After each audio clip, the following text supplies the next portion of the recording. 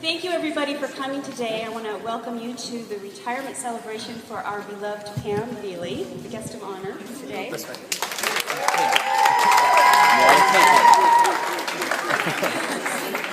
I am Susan Jensen. I am the office manager of the Bruin Resource Center, and I am Pam's assistant for 2 more days. So for all of us, this is a bittersweet day. I think you would agree. All of us are happy for Pam and sharing her happiness as she moves into her retirement. And I know that many of you share in my denial that this is actually happening today.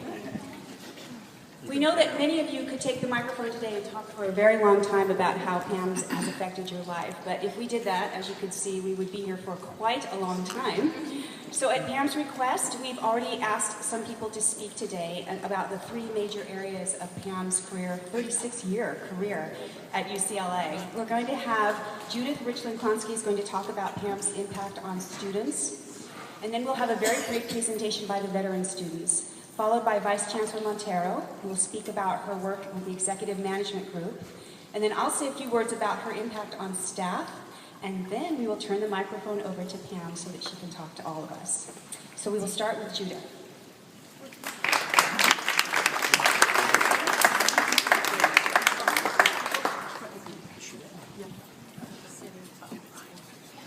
The institutional legacy of Dr. Pamela Viele is easy to see.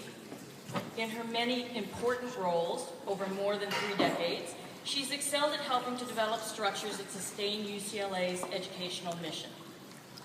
Those of us who've worked alongside her recognize that a primary reason that Pam has had such a significant impact is that she brings to every institution-level discussion a reminder of the core purpose of the Student Affairs Organization and the educational function of the university: to serve students, to support their success as learners, to help them develop as people.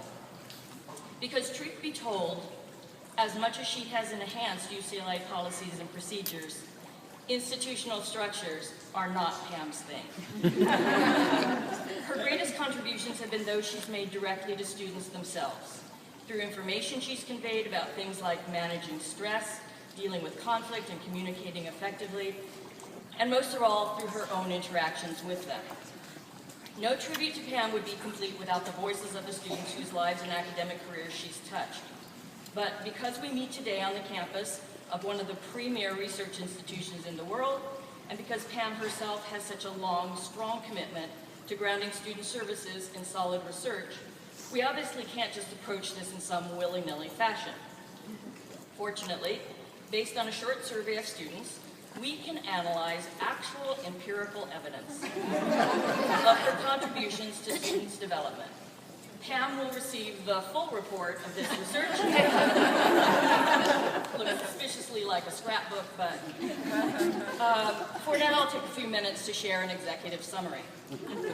When our sample of students was asked to choose 3 adjectives that best describe Pam, the 2 terms most commonly selected were giving or generous and compassionate, followed closely by references to her being insightful and warm-spirited or kind. She was also described as wise, intuitive, nurturing, pontificating, I just reported, inspiring, and of course, witty. Those surveyed for this case study were eager to talk about what Pam had contributed to their personal development and their lives at UCLA. Here are a few highlights of the reports of students, men and women, who came to UCLA from a variety of personal and academic backgrounds. One student recalled, even with how busy her schedule was, she was always welcoming and generous with her time, and made it a point to really get to know me. Someone who's met Pam in her role as an instructor said, her class was amazing. She taught us mindfulness, meditation, and other helpful life skills, such as how to deal with conflict and relationships. Those lessons have stayed with me, and I think the reason they did was because she really practiced what she preached. Another student reported, Pam was my anchor during my time at UCLA. I was away from home for the first time, dealing with the pressures of being pre-med at UCLA, struggling with a very sick mother and consequent family problems, and trying to carry the weight of it all on my shoulders. I remember coming to visit Pam when she asked me in that Pam way, "How are you?"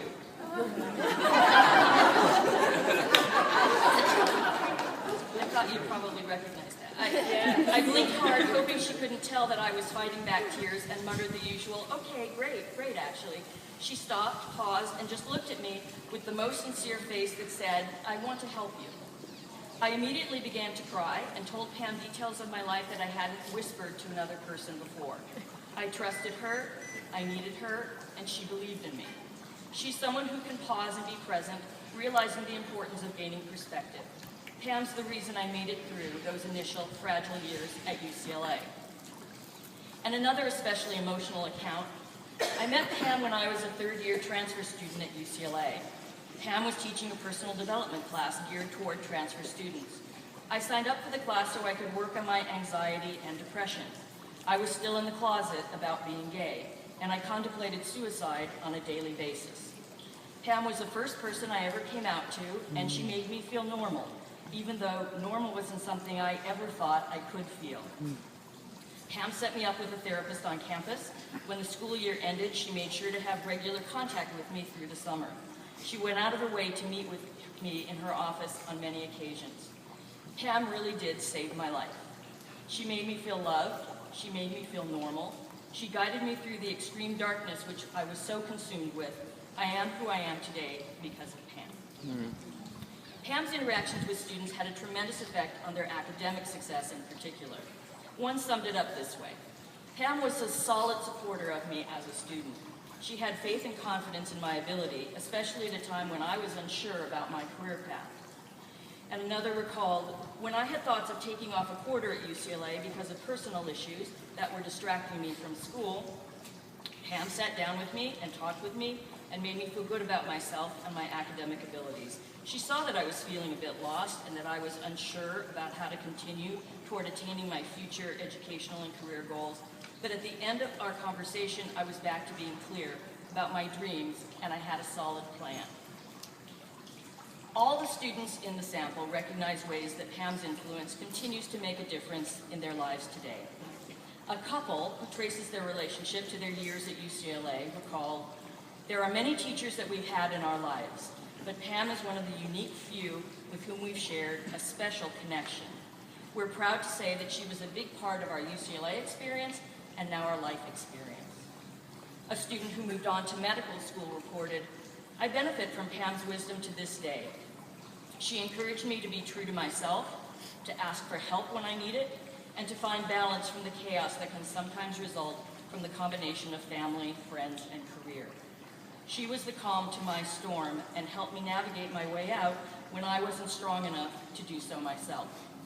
The tools she used in this process are tools I use to this day."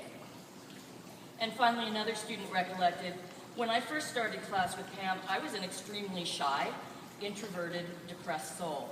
Today, I'm the exact opposite. I can't credit Pam with all that, but I can credit her for teaching me the tools to work on myself, to create my own destiny, to be happy." Most of the students had difficulty wrapping their minds around a UCLA campus without Pam's presence, but all had good wishes for her future. One confessed, "I'm getting emotional just thinking about her leaving UCLA.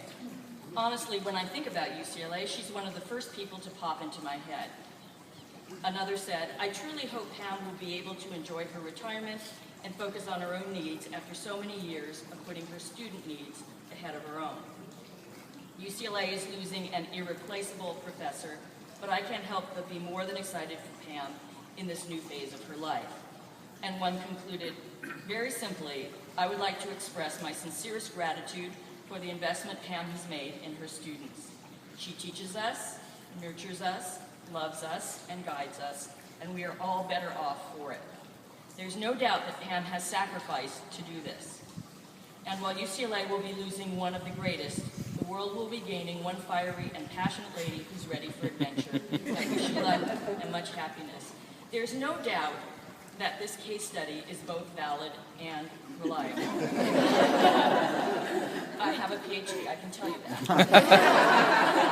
With sufficient resources, many, many more students could be surveyed about Pam as their teacher, mentor, friend, and fierce advocate. And they would certainly agree that what Pam gave them was invaluable. Her time, her mindful and compassionate attention, her confidence in them, life skills that contributed to their academic and personal success. In fact, this preliminary research unequivocally demonstrates that Pam is a one-woman independent variable. What a grateful student describes as an incredibly rare and special person who has undoubtedly changed everyone she's come in contact with. The students Pam worked with early in her career at UCLA are now middle-aged. Her most recent students are just beginning to make their way in the world. A longitudinal follow-up to this modest case study, should we find the resources, would reveal how her influence and inspiration reverberate throughout students' lives as they take what she's given them along their academic and career paths, into their interactions with coworkers, friends, and family, and even into what they transmit to a new generation. As one student concluded, Pam, we wish you only the best as you continue on to the next chapter in your life's book. Know that you're a special bookmark in our stories, and we love you.